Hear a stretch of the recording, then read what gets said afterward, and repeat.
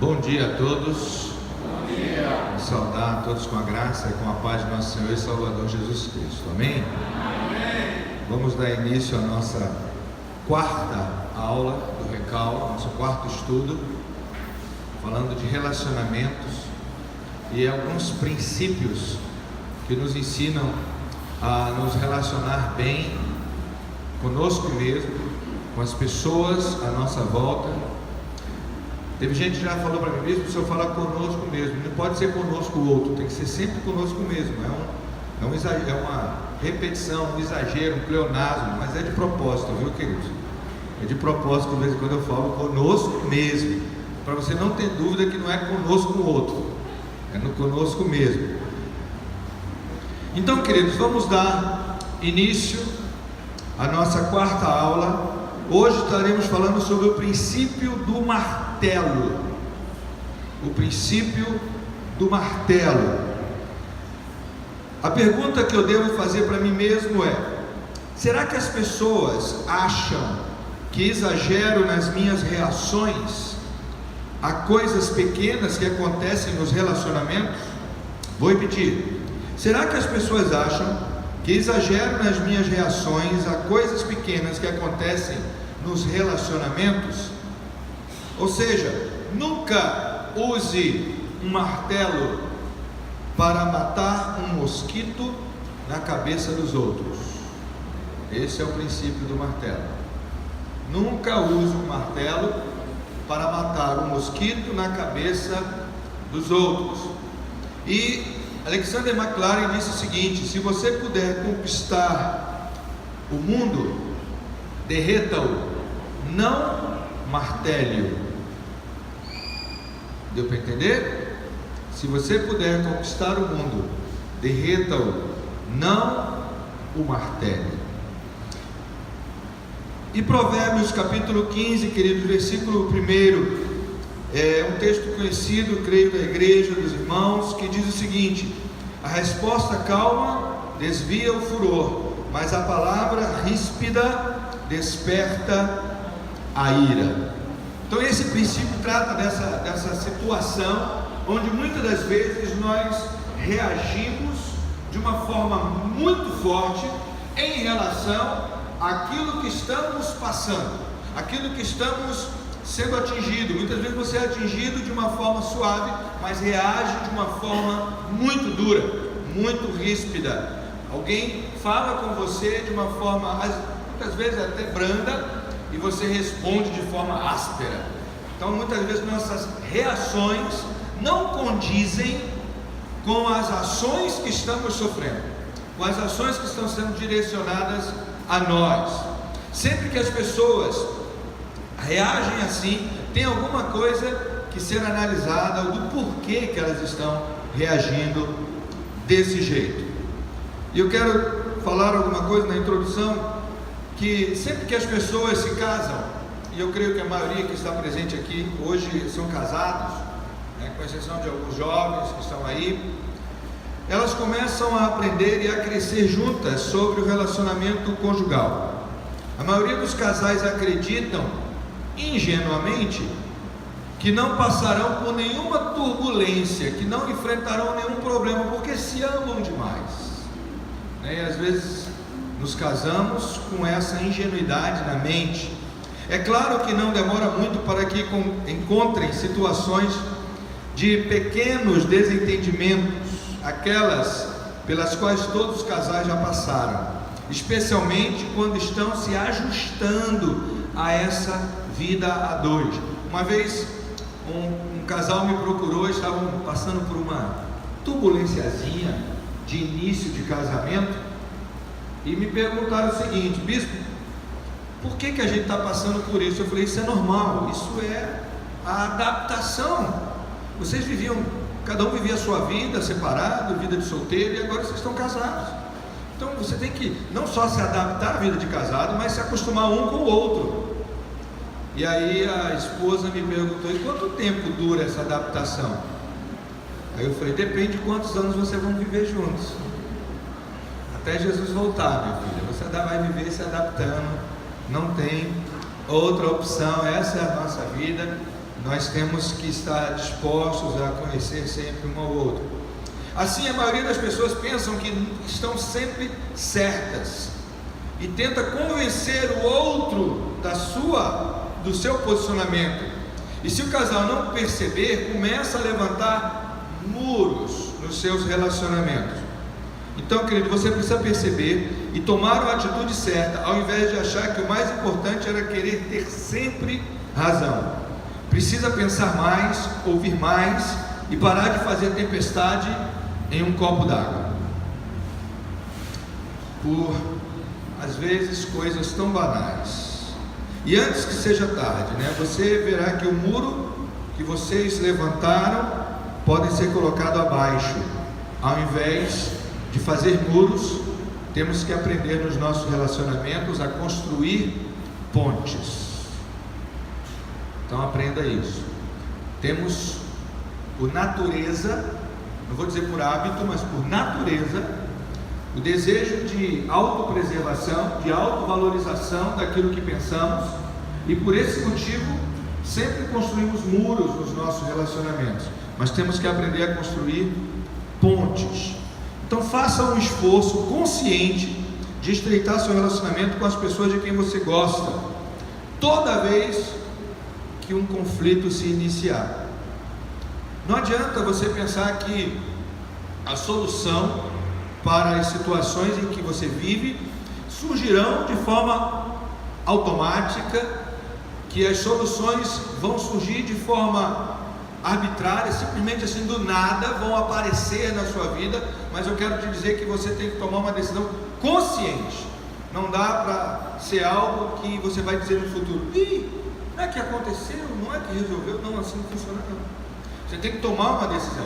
O que funciona de forma automática é os conflitos, mas as soluções têm que ser pensadas e bem raciocinada e decidida e querer fazer. E se eu tivesse um martelo? Vamos encarar os fatos. Por causa de sua personalidade, algumas pessoas são propensas a usar um martelo, mesmo quando alguma coisa mais simples poderia funcionar. Então, às vezes, nós poderíamos resolver aquilo de forma tão simples, mas preferimos resolver de forma forte, de forma a parecer mesmo que estamos usando um martelo nos nossos relacionamentos. Então, querido, quando vocês pegarem a apostilazinha, tem uma chargezinha, uma tirazinha de desenho que devem conhecer. Não sei se vocês conhecem um personagemzinho de quadrinho chamado Kelvin, que ele relaciona-se com um tigre, tem aquele tigre da amizade dele. E essa tirazinha diz que Kelvin estava sentado e uma caixinha na frente dele, ele estava vendendo algo. E na frente da caixa tinha uma placa, uma tabuleta dizendo o seguinte: vendo um chute bem rápido no traseiro por $1. E aí chega aquele tigre, amigo dele, e diz: como é que são os negócios? E Kelvin diz: está muito ruim. Aí o tigre diz: mas é difícil de acreditar nisso. E Kevin diz: também eu não consigo entender. Todo mundo que eu conheço precisa disso, mas ninguém quer. Então, às vezes nós precisamos de um chutezinho, de uma empurradazinha, de uma catucada, de uma sacolejada na nossa vida para a gente despertar. A maioria das pessoas precisa disso, mas nem sempre estão dispostas. Eu devo admitir que às vezes somos muito parecidos com essa situação, quando tentando arrasar, às vezes procuramos controlar o nosso comportamento, o nosso relacionamento, e fazemos e falamos e agimos de uma forma como não deveríamos fazer. E como é que nós podemos então encontrar solução para isso? E eu vou listar aqui 4 T's. T's, tá? Letra T. Às vezes eu falei 4 T's e a pessoa T-E-S. Não é T's e T-S, é T. 4 princípios que começam com T. E o primeiro deles é total visão. Diz uma história que um certo homem de meia idade entrou num salão onde um coquetel estava sendo servido e caminhou direto para o bar. E ele perguntou ao barman: você tem alguma coisa que cure soluços? E o balconista, sem dizer uma palavra, pegou o pano de prato, enrolou, molhado, e deu no rosto daquele homem. Aí o homem levou aquele susto e disse: mas que coisa é essa? Por que você fez isso? O balconista disse: bem, está aí, eu resolvi o teu problema, o soluço não foi embora? E o homem respondeu para o balconista: eu não estava com soluço, eu queria era resolver o problema da minha esposa, que está com soluço no carro. Quantas vezes nós agimos assim, de forma precipitada, né? A pessoa chega para nós com alguma coisa e você não espera ela terminar de dizer o que ela quer, não espera ela terminar de citar a situação, o problema, aquele momento, e simplesmente você já toma a iniciativa: faça isso, faça aquilo, não sei o que, interrompe a pessoa. Ou às vezes você tem uma coisa mais grave até a dizer. Já viu aquelas pessoas que visitam o doente no hospital? Aí pergunta para o doente: como é que você está? Eu estou com uma dorzinha. Isso não é nada, rapaz. Quando eu estive internado, quando eu operei isso, e vai contar uma desgraça pior ainda. Então tem pessoas que às vezes ele quer diminuir o problema da outra, supervalorizando o dele. Ou ele quer dar uma solução sem saber nada ainda, não tem uma visão geral, não tem a totalidade daquilo que está acontecendo. Simplesmente ele abre a boca e já tece um julgamento, já tece uma resposta: faça isso, você vai resolver o problema, e não quer nem parar para ouvir ainda o restante da história que a outra pessoa está lhe dizendo. Chegamos em conclusões muitas vezes precipitadas. Por isso que a palavra de Deus diz que nós devemos ser prontos para ouvir e tardios para falar. É por isso que Deus nos deu 2 ouvidos e apenas uma boca. Já imaginou se fosse o contrário? Tivéssemos um ouvido só e 2 bocas? Nós íamos brigar conosco mesmo o tempo todo, para saber qual boca ia falar primeiro. Deus é tão maravilhoso que Ele sabe como Ele faz as coisas. Então, querido, quando alguém estiver compartilhando um ponto de vista, quando alguém estiver contando algo para você, quando alguém estiver falando de um problema, assuma a seguinte postura: primeiro ouça. Vamos repetir comigo? Primeiro eu ouço. Depois eu faço perguntas. Depois eu faço perguntas. Eu vou falar bem devagarinho agora. Primeiro eu ouço. Depois eu faço perguntas. Depois eu ouço de novo. Então depois eu ouço. Em segundos vocês esquecem. Primeiro eu ouço. Depois eu faço perguntas. Depois eu ouço. Depois eu faço mais perguntas. Então a primeira, eu. Segunda, eu. Terceira, eu. Quarta, eu. Quinto, eu ouço mais um pouco. Vamos lá. Primeiro, eu. Segundo. Terceiro. Quarto. Quinto. E só aí eu vou dar uma resposta. Então primeiro eu ouço, depois eu faço perguntas. Depois eu ouço de novo e depois eu faço mais perguntas. Depois eu ouço mais um pouco. E aí então eu dou uma resposta. O problema é que às vezes a gente não quer ouvir nem a primeira vez. Não quer nem fazer perguntas. E já quer dar a resposta para aquilo que está acontecendo. Então, querido, isso é ter a totalidade da visão, é compreender o que está acontecendo no todo, é saber o que está se passando. Quantas vezes você vê uma pessoa triste, chorando, e você já pensa numa desgraça na vida dela? Ai, morreu alguém, ai, aconteceu alguma coisa, ai, não sei o que. E você não está nem disposto ou disposta a ouvir aquela pessoa, você já chega julgando, já chega dando um conselho, e às vezes o choro daquela pessoa é de alegria, é de contentamento. Às vezes ela está emocionada porque lembrou de um fato, às vezes não é tristeza, Na maioria das vezes nós associamos o choro à tristeza, mas nem sempre é tristeza. E às vezes a pessoa está sorrindo, não é porque ela está feliz. Eu conheço um monte de gente que sorri quando está nervoso. Ficou nervoso, está rindo, mas por dentro está tremendo. Então nós precisamos ouvir na totalidade, né? Ter a total visão daquilo que está acontecendo. Segundo T, precisamos do tempo certo. Recentemente eu li uma citação que diz o seguinte: é o que você faz e não quando você faz que importa. Vou repetir: é o que você faz e não quando faz que importa. Às vezes nem sempre isso é verdade, tá, querido? É uma citação para uma situação específica, como essa aqui eu quero falar. Mas às vezes nós precisamos agir de forma muito rápida. O tempo vai ser importante. Se você vai socorrer alguém que está machucado, o tempo é importante. Se você vai tomar uma decisão que não pode esperar, você tem que tomar o tempo rápido. Você não pode demorar a agir naquela situação. Mas na maioria das vezes o tempo é crucial. Às vezes não é somente o que você está fazendo, mas é quando você está fazendo. Quantas vezes você vai oferecer uma ajuda a alguém, mas demorou tanto tempo para oferecer aquela ajuda, que quando você chega a pessoa já diz: agora eu não preciso.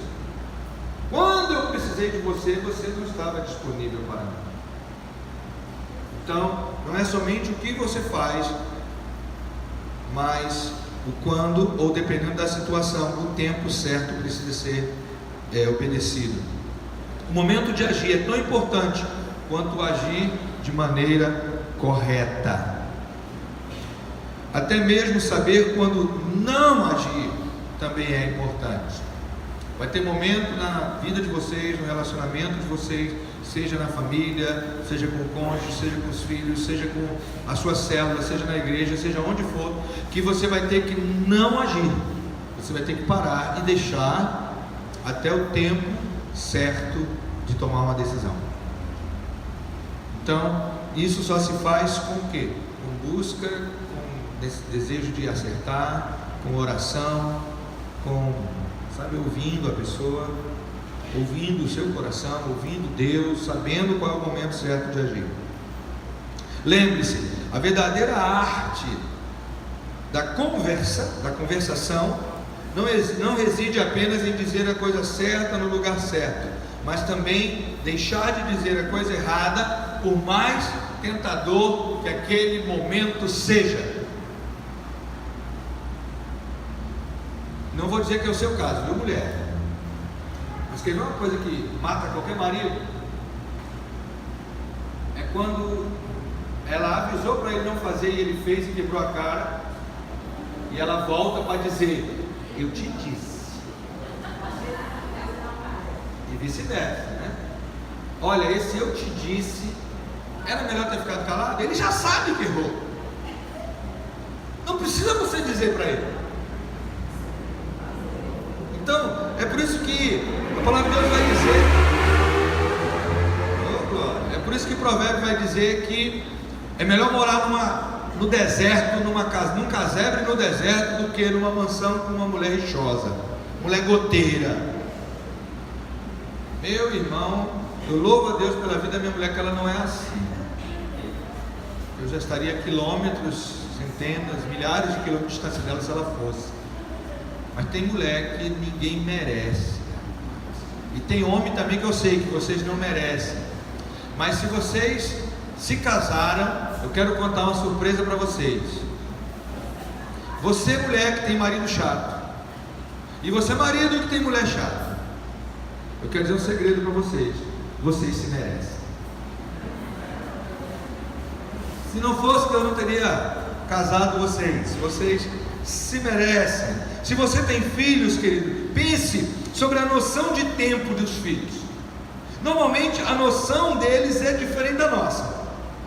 Quando os pais querem as coisas instantâneas, rápidas, vem logo, vem aqui, não sei o que, eles dizem: calma, eu já vou. E quando você chama, então ele, eu já disse que já vou. A noção de tempo dos filhos é diferente da noção de tempo dos pais. Por que isso acontece, querido?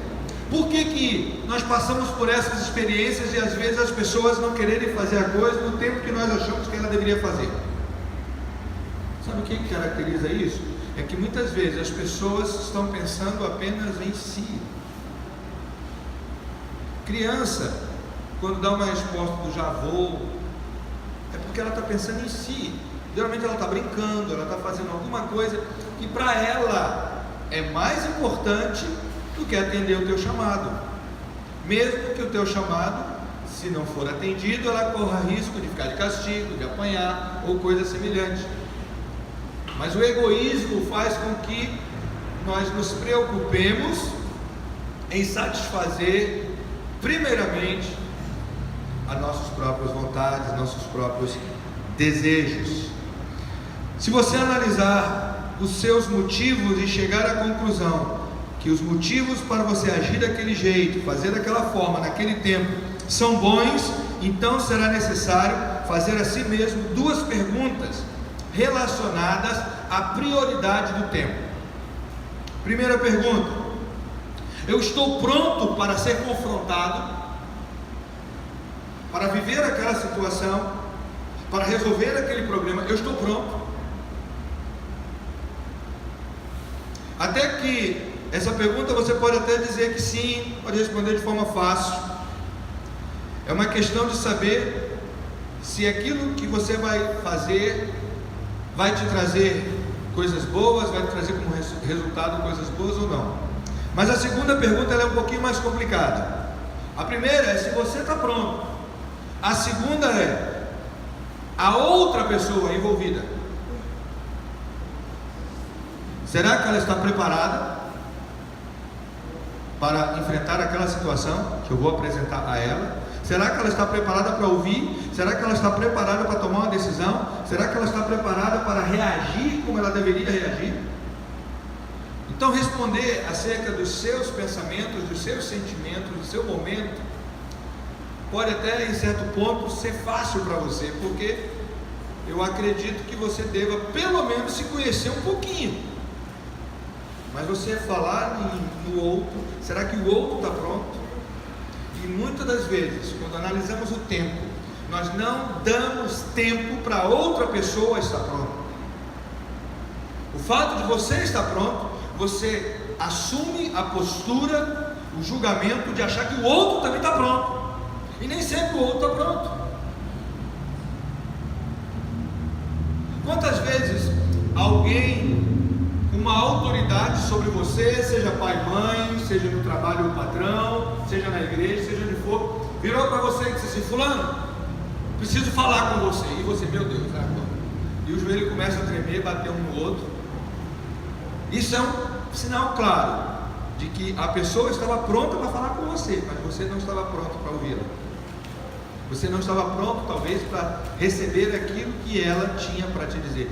Um fato bem clássico sobre isso: quando você vai dar uma notícia triste para alguém, uma pessoa que você conhece demais, é do seu relacionamento de amizade, e essa pessoa perdeu um ente querido, acabou de falecer alguém da família dessa pessoa, pai, mãe, filho, irmão, seja quem for, e coube a você a responsabilidade de dar essa notícia. Como é que você fica? Você fica pisando em ovos, né? Você fica... Primeira coisa que vem à sua mente: que reação essa pessoa poderá ter? Você não pode chegar simplesmente e dizer para ela: fulano, tua mãe morreu. Aí ela vai morrer também, né? Mas você tem que fazer o quê? Muitas pessoas dizem assim: tem que preparar o terreno. A gente tem que começar a sondar, tem que pegar a pessoa, vem cá, senta. E aí você muda a tonalidade de voz. Você já fala de forma branda. Você já chega de forma passiva. Você já chega confortando a pessoa. Às vezes as tuas atitudes já vão dizer antes que você fale. Se nós agíssemos assim em todas as situações, como seria bom, né? Darmos tempo ao tempo. Darmos tempo para estarmos preparados para falar e tempo para a pessoa estar preparada para ouvir. Então, querido, o segundo T é o tempo certo. Agora vamos ao terceiro T, que eu já deixei uma deixazinha aqui nessa minha ilustração. É o tom certo. O tom que nós falamos. É muito interessante. E como é diferente você chegar para alguém e recebê-la na sua casa, uma visita. O irmão da célula chegou lá, o teu supervisor, um outro líder, e aí essa pessoa chega na sua casa e você convida ela para entrar, leva ela para a sala e oferece um sofá para ela sentar. E aí como você diz? Por favor, sente-se. Não é diferente de você chegar para a pessoa e dizer: senta aí. As palavras basicamente são as mesmas. Senta, sente aí. Mas o tom muda. A forma como nós entoamos a nossa voz, ela é diferente. Tem uma historinha muito interessante que diz que havia uma mãe solteira que criava seus dois filhos, um de 5 e o outro de 3 anos. E esses meninos estavam sempre à volta de falar palavrões. E ela tentou de tudo para que eles parassem de falar aquelas palavras feias. Inclusive levou eles ao psicólogo, levou a especialistas de atendimento infantil e nada deu jeito. Depois de alguns meses de frustração, ela pensou: eu já fiz de tudo, já dei castigo, já ofereci presentes, doces, se eles ignorassem aquele comportamento, e nada funcionou. Então já sei o que eu vou fazer. Eu vou tratar esses meninos como minha mãe tratava meus irmãos quando eles xingavam. E na manhã seguinte, o filho de 5 anos acordou, entrou na cozinha e a mãe virou para ele e disse: filhinho, o que você gostaria de comer no café da manhã? E ele respondeu: me dá um pouco dessa de mingau. O pi é sonoro, tá? Só para vocês entenderem o que é. A mãe não conversou, deu um tapa no pirraia que ele atravessou a cozinha. O mais novo, vendo aquela situação, ficou surpreso. Nunca tinha visto a mãe fazer aquilo. E aí a mãe, calmamente, agora vira para o mais novo e diz: e você, o que vai querer para o café? E ele olhou para a mãe e disse: mãe, com certeza eu não vou querer essa pi de mingau. Ou seja, o tapa pode ter assustado e funcionado em determinado momento, mas não era aquilo que a mãe queria, porque o pequeno não associou ao palavrão, ele associou ao mingau, o que a mãe estava querendo que eles comessem. Então muitas vezes nós queremos comunicar alguma coisa, mas por causa do nosso tom de voz, por causa da forma como nós falamos, denotamos outra situação. Eu costumo dizer que eu tenho o hábito de falar muito alto. Isso é de família. Não sei se minha família toda nasceu meio surda, mas lá em casa, na casa da minha mãe, tem o hábito, todo mundo fala alto, fala tudo ao mesmo tempo, e aquela zoada. E por vezes tem pessoas que chegam para mim, né? Às vezes meus próprios filhos: calma, mas eu não estou nervoso, mas calma. Às vezes o tom de voz, por ser alto, a forma de falar, deixa transparecer que você está nervoso, que você está com raiva de alguma coisa. Mas às vezes não se trata disso, se trata apenas do tom errado, né? E nós precisamos aprender a lidar com isso. As pessoas geralmente reagem muito mais às atitudes e ações do que às nossas palavras. Você pode perceber, quem cria cachorro, quem cria gato, quem cria algum animal, o animal não entende as suas palavras, a não ser que ele já tenha aprendido já foi adestrado para determinados códigos de palavra para ele fazer determinada coisa. Mas geralmente os animais eles correspondem mais ao tom que você fala. Você pode fazer um teste. Se você está acostumado a gritar para o teu cachorro, sai. O cachorro está no lugar errado, você diz, sai.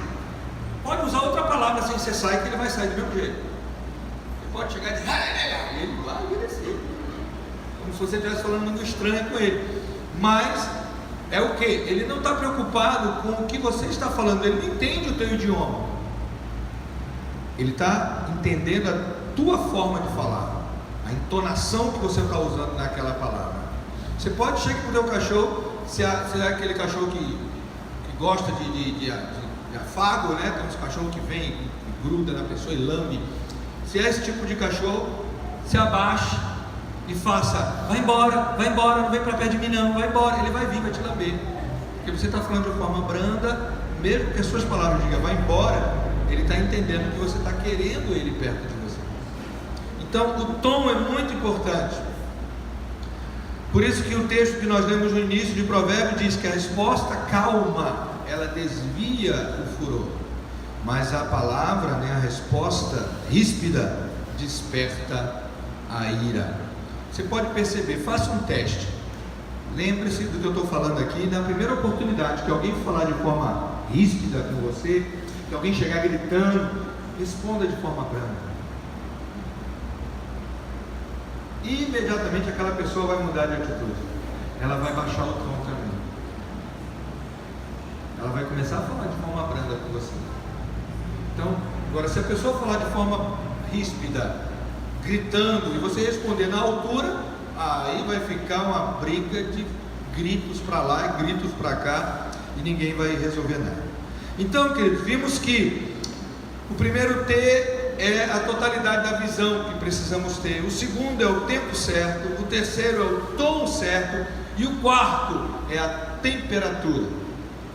Talvez você pergunte, como assim temperatura? Quando os ânimos, queridos, se exaltam, as pessoas ficam predispostas a usar bombas em situações nas quais uma simples baleadeira resolveria.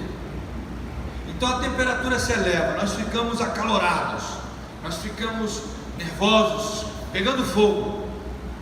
E isso pode causar muitos problemas, porque o tamanho do problema costuma mudar de acordo com a maneira como nós lidamos com ele. Às vezes o problema é desse tamaninho, mas você faz, um monstro dele. Eu me lembro que tinha uma pessoa aqui na igreja, que não está mais conosco, que volta e meia essa pessoa ligava para mim e dizia, bispo, eu preciso falar urgente com o senhor. Eu falei, Jesus, morreu alguém. O tom de voz, o jeito de falar, a forma, a temperatura alta, aquela forma acalorada. E aí eu ia ao encontro daquela pessoa e a pessoa dizia, olha, uma vez já aconteceu isso, estou dando para vocês um fato real. Essa pessoa virou para mim e disse, eu comprei uma camisa e a camisa ficou apertada quando eu provei, cheguei em casa, estava apertada e eu perdi a nota fiscal. E eu fiquei uns 5 minutos esperando ele terminar a história. E eu falei, sim. Eu pensei que ele ia dizer que foi na loja e o vendedor não quis trocar, e eles saíram no tapa e brigaram e ele quase foi preso. Aí eu falei, sim. E o restante, não foi isso. Foi isso o que, meu filho? Você comprou uma camisa e perdeu a nota, foi isso? Você foi na loja verificar lá se eles têm a segunda via da nota, você tem um comprovante que você pagou, se foi no cartão tem um comprovantezinho. O problemão era esse? Ele falou, meu irmão, poxa, a pessoa perdeu o dinheiro que eu gastei na camisa. Realmente, é um problemão. Você não vai também menosprezar o problema da pessoa, mas você tem que entender que às vezes você também faz isso. Você pega aquele probleminha e eleva ele a um exponencial tão grande que parece, que o mundo está acabando ao seu lado. Meu Deus, o mundo vai acabar, e agora? O que vai ser de mim? Eu não sei. calma, gente. Então precisamos analisar a temperatura das coisas que estão acontecendo. Nós precisamos, ponderar em cima daquela situação e verificar que a nossa reação, às vezes, é muito pior do que a ação que está acontecendo. O problema geralmente cresce quando nós agimos de forma destemperada. Temperatura tem a ver com isso. Quantas vezes você já ouviu alguém dizer assim: fulano está totalmente destemperado, ou seja, ele está fora da temperatura, ele não está controlando a reação que ele está tendo diante de problemas que ele está vivendo. Então, quando alguém expor você a uma situação conflitante, complicada, e eu creio que não é só eu que sou exposto a isso, todos os líderes, volta e meia, são expostos a isso. Às vezes você investiu na vida daquela pessoa que está na tua célula, você visitou, você telefonou, mandou mensagem, você pagou o encontro para ela, tirou do próprio bolso, e daqui a pouco ela chega para você com a cara mais linda do mundo que ela tem e diz: olha, eu vou sair da célula. Aí você olha, por dentro, está com vontade de usar o martelo. Não é? Dá uma martelada na cabeça dela. Por outro lado, você tem que olhar e dizer: mas você está indo para onde? Não, eu estou indo para outra cela, mais perto de casa. Situe-se do problema, tenha a totalidade da visão. Ela não está saindo da cela porque está com raiva de você, ou porque você não é um bom líder ou uma boa líder. Ela está saindo porque vai para uma cela mais perto da casa dela, ou outra situação. Então nós precisamos entender a temperatura. Se a reação for mais branda, a tendência é ajudar a diminuir também o problema, ameniza mais o problema. Também você não vai chegar e usar o outro extremo, né? Alguém vem contar para você uma tragédia, né? Alguém chega para você chorando, dizendo que: olha, eu descobri, eu estou com uma doença terminal, o médico me deu 3 meses de vida. Eu disse: nada não, você vai para o céu, pelo amor de Deus, né? Você também não vai partir para esse extremo. Você não pode supervalorizar o problema, também você não pode subestimá-lo. Você tem que analisar como ele é, como está chegando para você e qual é a sua participação na tentativa de solucionar ou de ajudar a solucionar aquele problema. Então, olhe para a pessoa que está do teu lado, essa pessoa linda que Deus colocou aí perto de você, e diga para ela assim: troca o seu martelo por uma luva de lã.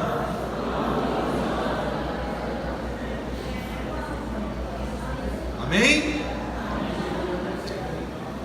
É só isso, é só pedir para trocar, não é para ficar conversando agora não. Tem gente que já está oferecendo a luva para a pessoa, né? A impressão que dá, querido, é que algumas pessoas pensam no martelo como algo bom em qualquer circunstância. Acho que pode-se dizer que levam a vida na base da martelada. Eu tenho tido a experiência de fazer a reforma lá em casa, a maioria dos irmãos sabem disso, e coloquei cerâmica basicamente na casa inteira. E quando a gente coloca cerâmica, a gente usa um martelinho de borracha para acomodar a cerâmica, né? Para bater nos pontos certos, para ela colar bem. Mas tem que esticar a linha às vezes para tirar o nível, né? O prumo, o esquadro correto. E a linha geralmente é presa com prego. E não dá para você bater com martelo de borracha no prego. Você tem que usar um martelo de ferro. Nessa obra todinha, algumas 3 ou 4 vezes, eu pegava o martelo de ferro, batia o prego, esticava a linha, aí pegava o martelo de borracha e batia a cerâmica. De vez em quando eu errava, né? Na hora que eu ia bater a cerâmica, eu pegava o martelo de ferro e paf na cerâmica, e aí quebrava a cerâmica. Então, se você usar a ferramenta errada, na hora errada, você pode perder o seu serviço, você pode colocar toda aquela situação, todo o teu relacionamento pode ir por água abaixo, pode ser quebrado. Às vezes nós observamos essa situação de pessoas quererem usar o martelo o tempo todo na vida com frequência nas pessoas que às vezes alcançaram grandes conquistas, quando elas decidem dedicar atenção a algo, elas vão com tudo. Em geral é uma boa maneira de resolver tarefas, mas é uma péssima forma de tratar pessoas. Entenda uma coisa: tem situações na vida que você vai ter que ir com toda a garra, vai ter que ir como um leão, como uma leoa, vai ter que usar um martelo mesmo, às vezes até uma marreta, mas é para resolver determinadas situações, não para se relacionar com pessoas. O martelo é excelente para algumas situações, mas nos relacionamentos ele não é muito bom. Lembre-se, se a única ferramenta da qual você dispõe é um martelo, a tendência é de consertar qualquer problema como se fosse um prego. Mais uma vez, faça esse exercício. Olhe para o teu irmão. Quem estiver assistindo o vídeo também, olhe para alguém dentro de casa e veja se essa pessoa tem cara de prego. Diga para essa pessoa assim: eu não sou um prego, então não me trate como um martelo.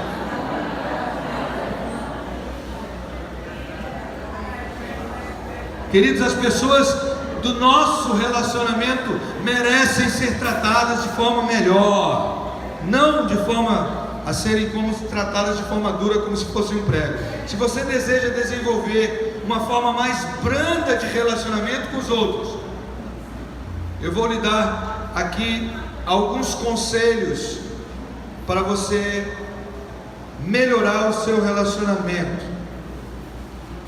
Primeiro, se você quer se relacionar com as pessoas, vou voltar a repetir, de forma mais branda, ao invés de tratá-la como se ela fosse um prego, você sendo um martelo, eu vou lhe dar alguns conselhos. Primeira coisa, deixe o passado no passado.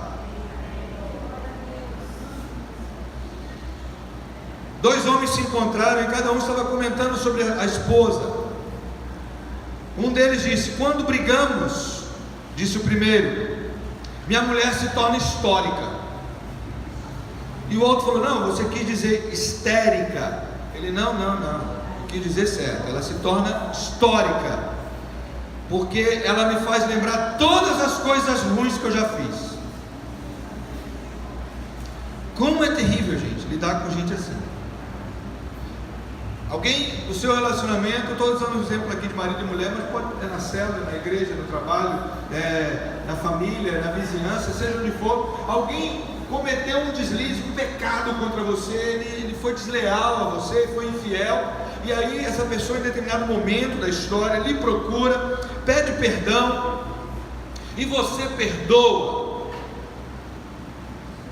Mas na segunda vez que essa pessoa aprontar contigo, você vai lembrar do problema anterior. Lembra o que Jesus falou para Pedro? Pedro disse: eu devo perdoar meu irmão até 7 vezes. Jesus disse: não, Pedro, até 70 vezes 7.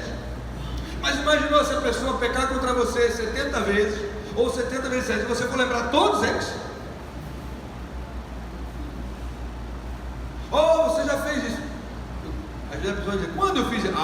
15 anos atrás. Pelo amor de Deus. Isso é se tornar uma pessoa histórica mesmo, não é histérica, não.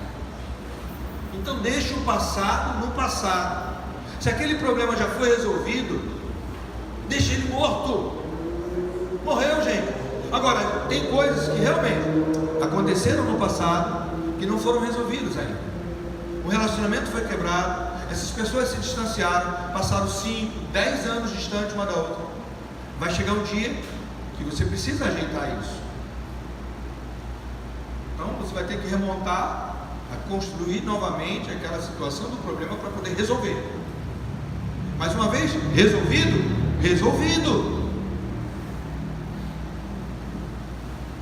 Leve para o campo da matemática. Eu lhe dou um problema para resolver. E o problema matemático é: resolva para mim, multiplique 7 vezes 10. E aí você vai fazer a conta e descobre que o resultado é 70. 7 vezes 0, 0, 7 vezes 1, 7, 70. E você me apresenta a resposta. Acabou. Você já encontrou a solução. O problema foi resolvido. Eu não preciso ficar dizendo para você, ó, é 70, ó, 70, ó, 7 vezes 10 é 70, ó, 70, 7 vezes 10 é 70, ó, é 70. Pelo amor de Deus, gente. Então, problema resolvido é problema deixado no passado. Resolva quando eles surgirem. Uma vez que tenha feito isso, não volte a falar mais no assunto, acabou. Ou não resolveu. Porque tem gente que finge que resolveu, finge que perdoa, finge que está tudo legal, mas ainda está lá remoendo aquele negócio, remoendo. Segundo conselho, questione-se, faça a seguinte pergunta para você mesmo: minha reação é parte do problema ou da solução? A forma como eu estou reagindo é parte do problema ou da solução? Como mencionei no estudo passado, semana passada, quando a reação de alguém é maior do que o problema, é porque tem a ver com alguma outra coisa. Então, às vezes a pessoa vai apresentar a você uma situação, ela vai ter feito alguma coisa, ou você ter feito alguma coisa com ela, e vocês precisam se entender, e às vezes não consegue gerar um perdão, não consegue gerar uma solução, porque aquele problema desencadeou outros. Então é necessário resolver todos. Não adianta você estar com 3 problemas com a pessoa. O primeiro problema que eu estou é porque essa pessoa me xingou, me agrediu e falou mal de mim. Então são 3 problemas, você resolveu os 3. Resolva logo todos. Não, vou resolver um agora, o outro a gente resolve ano que vem. Aí vai ficar um ano com raiva da pessoa, um ano passando por situações difíceis antes de resolver o problema. Resolva logo.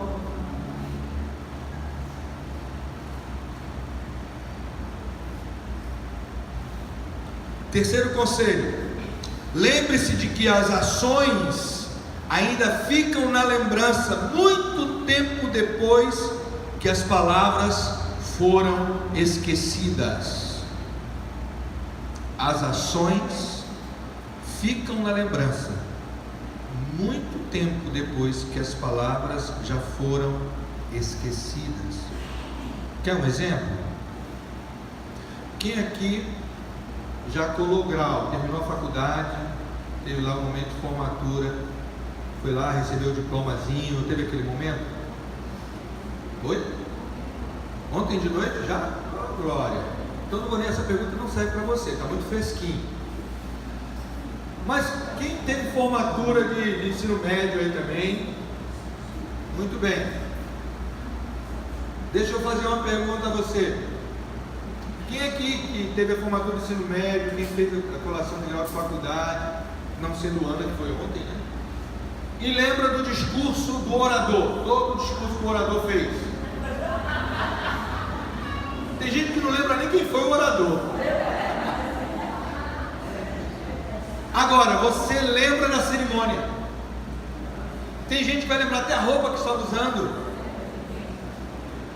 Vai lembrar da comida que teve, né? Os comes e bebes. Por quê? Porque as ações, queridos, marcam muito mais do que as palavras. Então, também, por exemplo, o casamento. Quem aqui casou na igreja, ouviu o pastor falar, pregar no seu casamento? Vamos trazer bem pessoal. Quem está aqui que foi eu que fiz o casamento? Eita, quase todo mundo. Tu lembra da minha mensagem todinha? Quem é que lembra? Da minha pregação todinha? Isso porque você vive assistindo, né, minha filha? A Bruna já decorou a pregação, tanto que ela já assistiu. Quase ninguém lembra o que eu preguei. Mas você lembra da festa, da cerimônia, do bolo, se foi do teu agrado ou não.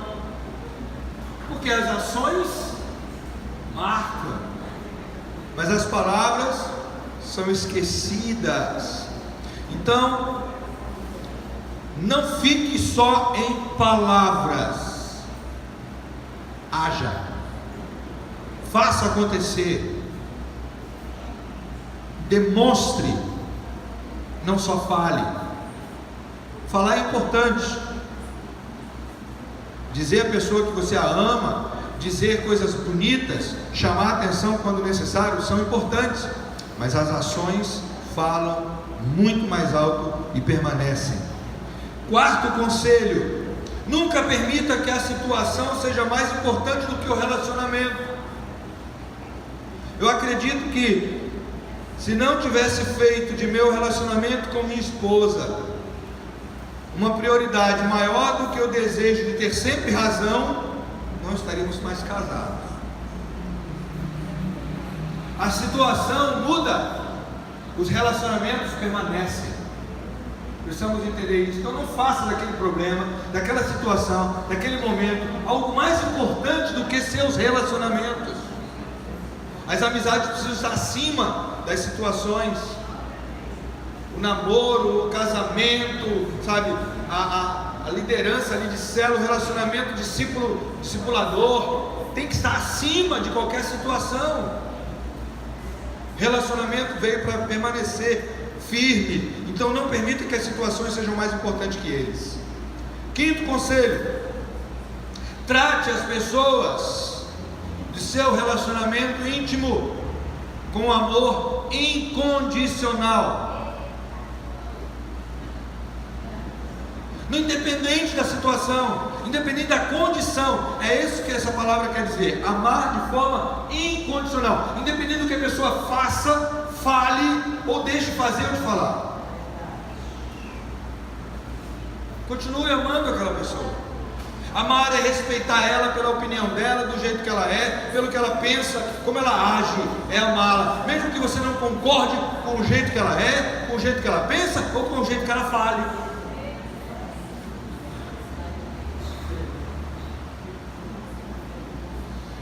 Eu posso abrir a boca e dizer que Jesus amava os fariseus? Sim ou não? Não, ele amava sim. Jesus amava os fariseus. Márcio falou não só para sair na filmagem, né, rapaz? Já botei seu nome, quem disse não foi Márcio. Ele amava os fariseus. João 3,16 diz que Deus amou o mundo inteiro.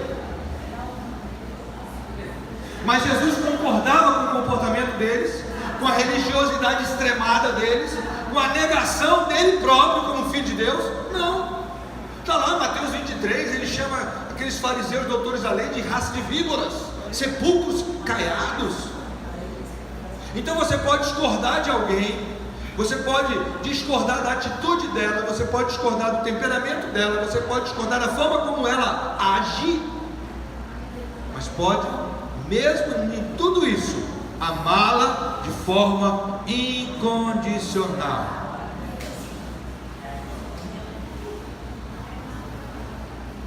Sexto e último conselho que eu quero dar: admita seus erros e peça perdão. Você erra, sabia? Vou contar um segredo para você. Você é pecador e você erra. Assim como eu erro, sou pecador também, você também erra e é pecador. Então admita. E se pisar na bola com alguém, se cometer alguma coisa que magoou alguém, vá lá, peça perdão. Agora, se alguém lhe magoou, perdoe também. Às vezes você fica esperando a pessoa lhe procurar. Quantas vezes nós já lidamos com isso, gente? Você se doeu, lembra da aula passada, do estudo passado, da dor? Você se magoou, igual aquele gatinho lá do Facebook, né? Magoou. E a coisa mais interessante que às vezes acontece, é que é? A pessoa que lhe magoou não sabe que lhe magoou. E você espera ela adivinhar. Você acha que ela é profeta, que vai, sabe, Deus vai revelar do céu: olha fulano, você magoou fulano. E a pessoa não sabe, e você está chateado, com raiva, quer matar a pessoa, quer mandar ela para o inferno, e ela nem sabe disso. Aí ela passa por você sem saber de nada, dá um sorriso, aí você olha: ah, hipócrita, me magoou e está rindo para mim, é zombaria. A pessoa nem sabe. Fala até ela: fulano, você me magoou. Olha, aquela atitude que você fez magoou meu coração. E aí você vai ver, vai conversar com ela, vai se entender. Se for necessário, ela vai pedir perdão, você vai perdoar ela. Então, admita também seus erros.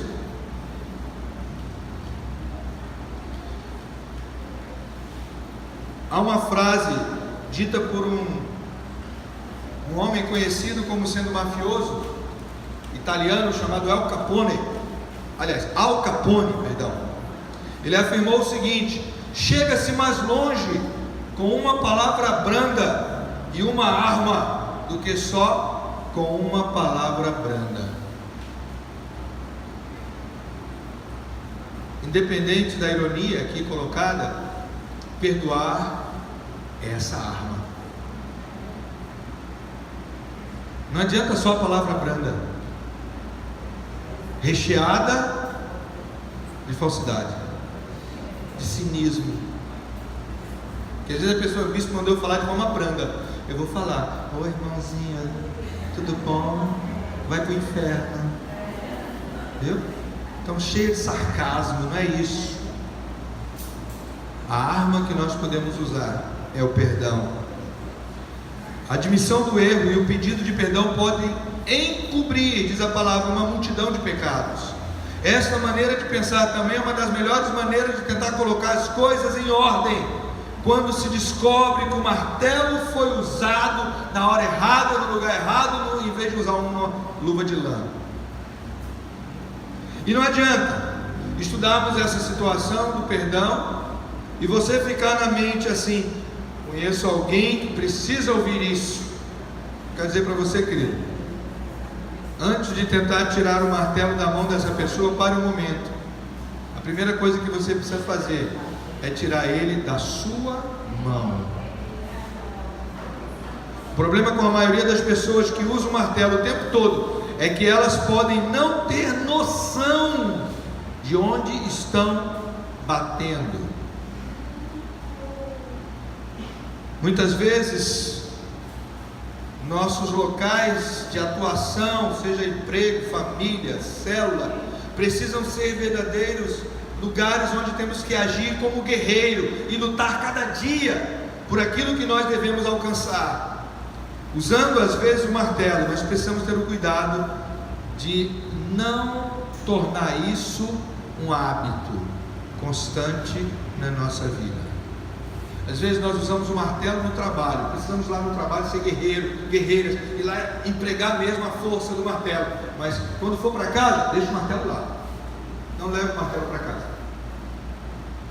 Tem muito marido, muita mulher aí que no trabalho é um leão, uma leoa, e chega em casa e quer comer os filhos também como janta, né? O marido quer traçar todo mundo, é martelar a cabeça de todo mundo. Vez por outras precisamos fazer a seguinte pergunta: como as pessoas nos veem?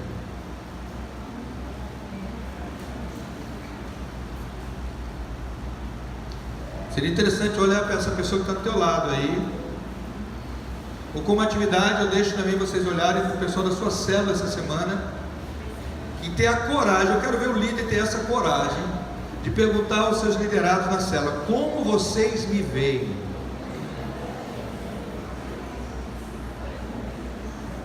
Tem gente que tem até medo de fazer essa pergunta na célula, né? Ao fazer isso, você descobrirá se você está tratando as pessoas como se elas fossem pregos ou não. Se o seu caso for esse, é hora de parar de usar esse martelo aí o tempo todo. E eu deixo para cada um de nós essa meditação. Vamos avaliar, vamos ver como nós temos nos relacionado, como líder de células, como pai, mãe, filho, filha, como cônjuge, como amigo, colega de trabalho. Como é que temos agido? Que Deus possa verdadeiramente estar ali ajudando, nos ajudando a construir relacionamentos melhores, mais duradouros em nossas vidas. Amém? Que Deus a todos abençoe. Em nome de Jesus. Glória a Deus.